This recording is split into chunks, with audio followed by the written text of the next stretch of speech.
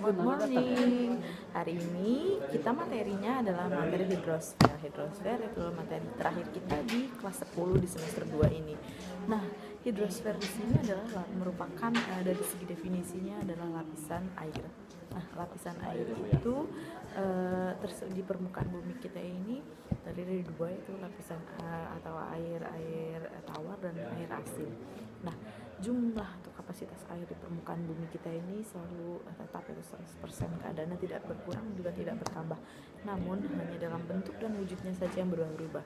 Bisa dia menjadi es, bisa dia ada di atmosfer, bisa ada dalam bentuk tumbuhan dan lain-lain. Tapi intensitasnya pada dasarnya jumlah air kita di permukaan bumi selalu sama, yaitu 100%. Nah, hal itu disebabkan karena di permukaan bumi kita ini adalah adanya dengan siklus hidrologi.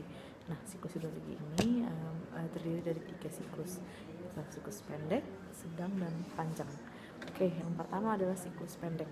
Siklus pendek merupakan siklus yang bermula dari air laut yang mengalami penguapan, lalu air yang disebut dengan proses evaporasi.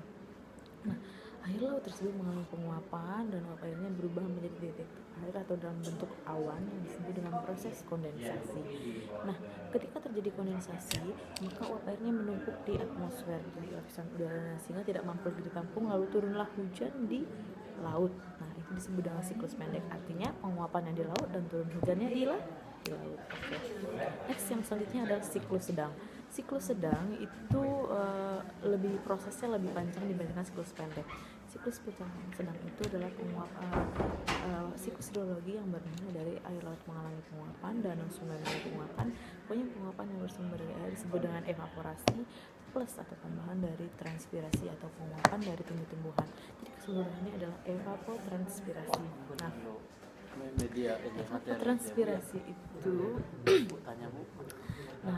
karena setelah mengalami proses evapotranspirasi, uap airnya ini mengalami penguapan yang disebut dengan kondensasi sama, lalu turun hujan di darat. Nah, ketika air hujannya turun di darat, yang meresap ke dalam yang air hujan yang turun ke dalam air hujannya turun di darat dan meresap ke dalam tanah, itu disebut dengan proses infiltrasi. Tapi yang air hujan yang tidak meresap ke dalam tanah, melainkan kembali lagi ke laut, sungai, dan danau langsung, itu disebut dengan runoff. Oke, dan sekian siklus sedang kita. Nah, selanjutnya adalah siklus panjang. Nah, namanya itu siklus panjang, berarti prosesnya lebih panjang dan lebih kompleks ya, lebih lengkap. Nah, jadi kalau siklus panjang ini pada dasarnya hampir sama seperti siklus sedang, hanya kalau siklus sedang itu jumlah air hujan yang turun dalam bentuk air, tapi kalau siklus panjang dalam bentuk es atau salju. Jadi yang membedakannya adalah siklus panjang ini dalam bentuk es atau salju,